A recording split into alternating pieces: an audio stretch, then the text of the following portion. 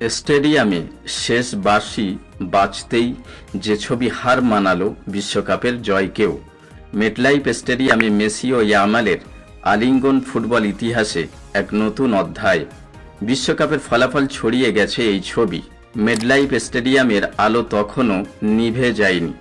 স্কোরবোর্ডে জ্বলজ্বল করছে একটাই সংখ্যা, স্পেন 1, আর্জেন্টিনা 0।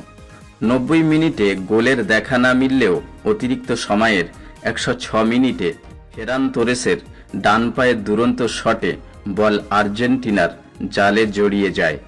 সেই একটি গোলই বদলে দিল বিশ্বকাপের ভাগ্য। শেষ বাঁশি বাজতেই স্পেনের ফুটবলাররা উল্লাসে মেতে ওঠেন, আর আর্জেন্টিনার ফুটবলারদের চোখে মুখে তখন শুধুই হতাশা। সদ্য বিশ্ব চ্যাম্পিয়নের মুকুট হাতছাড়া হয় মেসিদের। কিন্তু ট্রফি বিতরণের আগে এমন এক দৃশ্য দেখা গেল যা হয়তো এই ফাইনালের ফলকেও ছাপিয়ে গেল। চোখে জল নিয়ে দাঁড়িয়েছিলেন মেসি।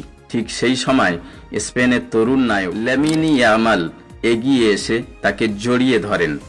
কয়েক সেকেন্ডের এক আলিঙ্গনে ছিল না কোনো প্রতিদ্বন্দ্বিতা, ছিল না জয় পরাজয়ের অহংকার, ছিল শুধু এক কিংবদন্তির প্রতি নতুন প্রজন্মের শ্রদ্ধা।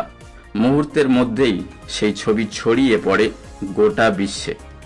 বিশ্বকাপ চলাকালীনই আরও একটি ছবি ভাইরাল হয়েছিল সোশ্যাল মিডিয়াতে, যে ছবিতে দেখা যাচ্ছে ছোট্ট লামিন ইয়ামালকে বাথটাবে স্নান করিয়ে দিচ্ছেন মেসি।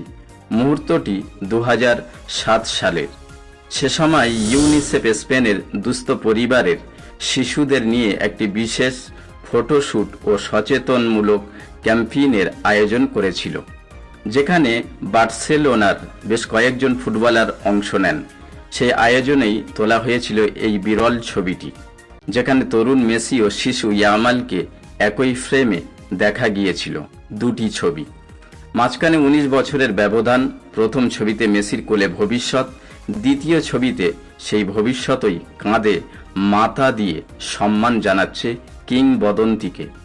ফুটবল ইতিহাসে এর চেয়ে সুন্দর ছবি হয়তো খুব কমই দেখা গিয়েছে। এই বিশ্বকাপের ফাইনাল শুধু স্পেনের দ্বিতীয় বিশ্বজয়ের গল্প নয়, এটি ছিল এক যুগের শেষ এবং আর এক যুগের সূচনা। যে মেসিকে দেখে বড় হয়েছে ইয়ামালের প্রজন্ম, সেই মেসির সামনেই বিশ্বকাপ জিতে নতুন ইতিহাস লিখল স্পেন। আর মাঠের মাঝখানে দুই প্রজন্মের সেই আলিঙ্গন বিশ্বকাপের শেষ চিত্রটাই পাল্টে দিল।